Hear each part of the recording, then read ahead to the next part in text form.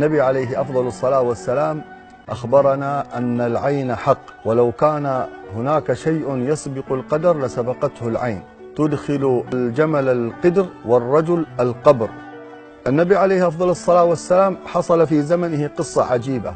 كان هناك رجل اسمه عامر بن ربيعة واقف في مكان، وكان سهيل بن حنيف يغتسل في مجرى سيل، وكان هذا الرجل وسيما قسيما، فنظر عامر بن ربيعة وقال: ما رأيتك اليوم ولا جسم مخبأة. يعني قال هذا جسمه كأنه جسم فتاة مخبية في البيت، ما تخرج، ما تتعرض للشمس ولا تتعرض للهواء ولا الغبار، يعني من شدة نعومة جلد هذا الرجل. فلبق سهيل، أغشي عليه ومرض وتعب شديد، فأخبره النبي صلى الله عليه وآله وسلم، فدعا عامر بن ربيعة وقال له: يا عامر، على ما يقتل الرجل أخاه؟ على الأجل إيش الواحد يقتل أخوه؟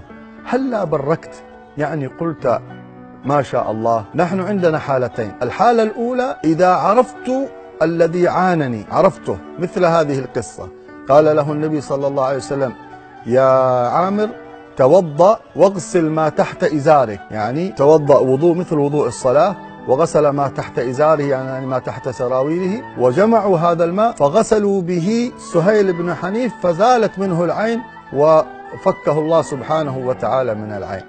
فإذا عرف الإنسان من حسده أو من عانه فليطلب منه ذلك. وإذا أحد طلب منك وقال لك: يا أخي أريدك تتوضأ، أنا صراحة يعني شكيت، لا تزعل، هذا أمر طبيعي وأمر عادي. فالإنسان لا يغضب، يقول: لا أبدا، أنا ما أفعل، أنا معقول أنا أحسدك؟ هذا ليست حسد، أحيانا تأتي حتى بغير حسد.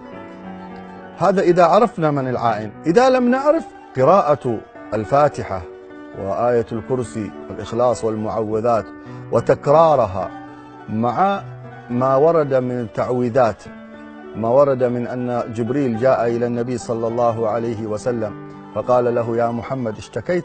قال: نعم.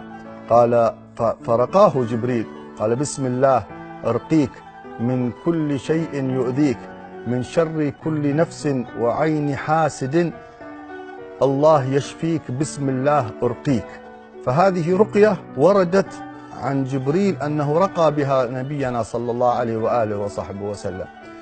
هناك آيات في القرآن كذلك استحب بعضهم قراءتها، مثل: فارجع البصر هل ترى من فطور، ثم ارجع البصر كرتين ينقلب إليك البصر خاسئا وهو حسير، مثل آية: وإن يكاد الذين كفروا ليزلقونك بأبصارهم لما سمعوا الذكر ويقولون إنه لمجنون وما هو إلا ذكر للعالمين. لأن النبي عليه الصلاة والسلام خبرنا أن القرآن كله شفاء، خذ من القرآن ما تشاء لما تشاء.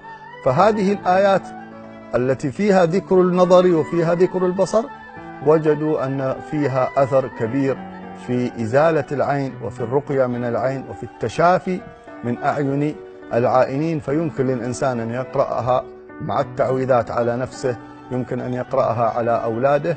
وهناك مسألة مهمة جدا، وهو أن لا يذهب الإنسان إلى عرافين أو سحرة أو كهنة أو كذابين أو مشعوذين أو متلاعبين ممن يأتون بأشياء لم يأتي بها الله ورسوله، فيأتوا بكلمات أو بعبارات أو بأفعال يتكهنون فيها، يتعاملون فيها مع الشياطين.